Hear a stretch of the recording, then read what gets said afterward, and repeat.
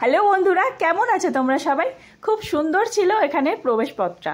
এটা ছিল ভারতের সবচেয়ে বড় মল, লুলু মল, যেটার ভিডিও আমি আগেও পোস্ট করেছিলাম। বাট এটা সবচেয়ে বেশি আকর্ষণীয় ছিল। আর ও আমাকে এখানে বলছিল যে এখানে যদি তোমাকে ছেড়ে দেওয়া হয় তুমি একা বেরোতে পারবে না, এটা আমার চ্যালেঞ্জ। আর সত্যিকারের ও চ্যালেঞ্জে জিতে গেছিল, কারণ এত বেশি ভেতরটা মানে এদিকে চলে যাচ্ছে, ওদিকে সিঁড়ি নেমে গেছে, এই ব্যাপার আমি খুঁজেই পাচ্ছিলাম না যে কোন দিক থেকে আমি বেরোতে পারবো।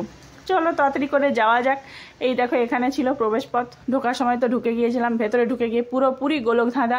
এদিকে সিঁড়ি নেমে গেছে, ওদিক থেকে বেরিয়ে যাচ্ছি, সেদিক থেকে বেরিয়ে যাচ্ছি। বাট যেই গেটটা থেকে ঢুকেছিলাম সেটা দিয়ে বেরোনোর রাস্তা আমি খুঁজে পাইনি। এইটা ছিল মেট্রোর ট্রাভেল পাস। ও বলছিল ওটা একটু ভিডিও নিয়ে রাখো, আমি তাই ভিডিও নিচ্ছিলাম। আর এখানে ও টিকিট কাটছিল। আমি খুব ভয়ে ভয়ে মেট্রোর ভেতরে মানে মেট্রো স্টেশনের ভেতরে ভিডিও করছিলাম।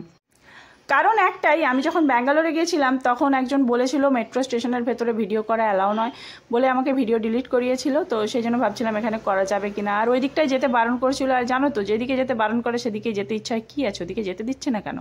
তারপরে আমি একটু জাস্ট এগিয়ে গিয়ে দেখছিলাম যে ওদিকে যেতে বারণ করলো কেন, কারণ ওদিকে সাফ সাফাই চলছিল, সেই কারণে যেতে বারণ করেছিল। আর ওই যে মেয়েটা বসে আছে ওখানে গিয়ে বসেছিলাম। তারপর আর দেখো এই যে মলের ভেতরে চলে এসেছিলাম। এই যে মলের ভেতরে এসে এখানে জুতোটা দেখে আমি ভাবছিলাম, ও বাবা কত বড় জুতো, এ তো পুরো গাড়ির মতো, এর ভেতরে বসার সিট আছে। তারপর ওকে বলেছিলাম কয়েকটা ভালো পিক তুলে দাও, বাট এমন পিক তুলেছে কি আর বলবো। সে যাই হোক, এবার দেখো এইখানে যে এইগুলো ছিল এইগুলো নিয়ে আমাদের কথোপকথন। তুই সামনে বলতে জুতোগুলো ফেলে ফেল দিয়েছি আমি।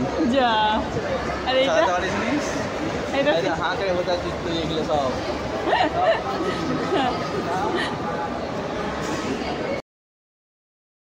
আমরা যেখানেই যাই এরকম মজা করি, দুজনে একদম বন্ধুর মতন। তারপরে আমি পুরোটা ঘুরে ঘুরে দেখছিলাম। এটা ছিল পাঞ্জাব গ্রিল, এটা একটা রেস্টুরেন্ট। ভেতরটা পুরো খুব সুন্দর ছিল। যাই হোক ভেতরে ঢুকিনি, কারণ ঢুকলে খেতে হতো। অত টাকা ছিল না খাওয়ার মতন। ওখানে 100 টাকার জিনিস খেতে গেলে 1000 টাকা দিতে হয়। আমার ভীষণ গায়ে লাগে ওইভাবে খেতে। যাই হোক, এরপরে দেখো এখানে ফেডারেল ব্যাংক ছিল। এর ভেতরে অনেকগুলো প্রাইভেট ব্যাংকও দেখেছিলাম। মানে এই মলটার ভেতরে কি নেই, জুতো সেলাই থেকে চণ্ডীপাঠ সমস্ত কিছু আছে, এরকম একটা ব্যাপার ছিল। আর দেখো আর বিভিন্ন ধরনের খাওয়া স্টল ছিল, যেগুলো আমি বেশি বেশি করে ঘুরে ঘুরে দেখছিলাম। এইখান থেকে দেখো নিচেটা দেখা যাচ্ছিল। আমি যখনই না এইভাবে নিচের দিকে ঝুঁকে ভিডিও করছিলাম তখন আমার মনে হচ্ছিল এই যা, আমার ফোনটা পড়ে যাবে না তো।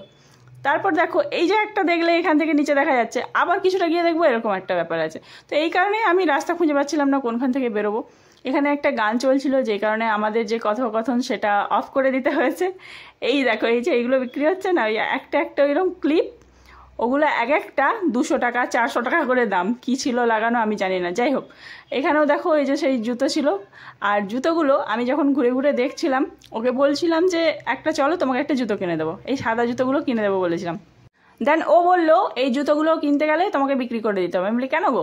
তারপরে দেখলাম এই যে সাদা জুতোটা আছে, যেটা আমি দেখছিলাম দাম ঘুরিয়ে ঘুরিয়ে খুঁজে পাচ্ছিলাম না, অনেক কষ্টে খুঁজে পেলাম। দেখলাম যে ওই সাদা জুতোটার দাম 2000 টাকা। আমি বলি না থাক, আমার 2000 টাকায় 4টে জুতো হয়ে যাবে ভাই, এখানে কেনার কোনো দরকার নেই, ভীষণ দাম।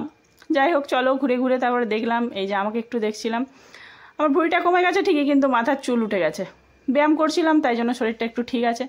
আমি রোজ এক্সারসাইজ করি যাতে করে আমি ভুঁড়ি হয়ে মোটা না হয়ে যাই, সেই বিয়ের পর যেরকম হয় আর কি সবার।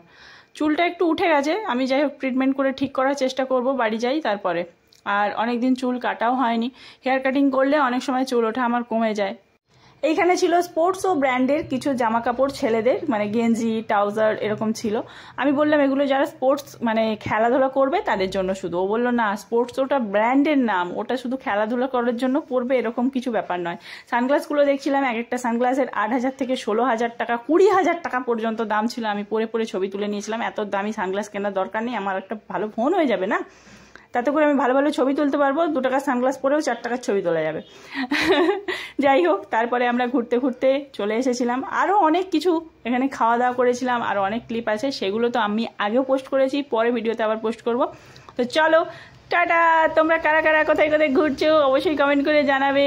আর কখনো কেরালে এলে এই মলটায় গিয়েও, আর গিয়ে কোনটা থেকে বেরোতে হবে, কোথা দিয়ে ঢুকতে হবে এইগুলো দেখো। আমার তো ভীষণ মানে গোলক ধাঁধা টাইপের একটা লাগছিল। আর এই যে আমি নেমে আসছিলাম, ওকে নিচে পাঠিয়ে দিয়েছিলাম ভিডিও করার জন্য, বাট যেইভাবে ভিডিওটা করতে চেয়েছিলাম সেটা হয়নি। যাই হোক টাটা, চলো খুব তাড়াতাড়ি নতুন ভিডিও আসছে।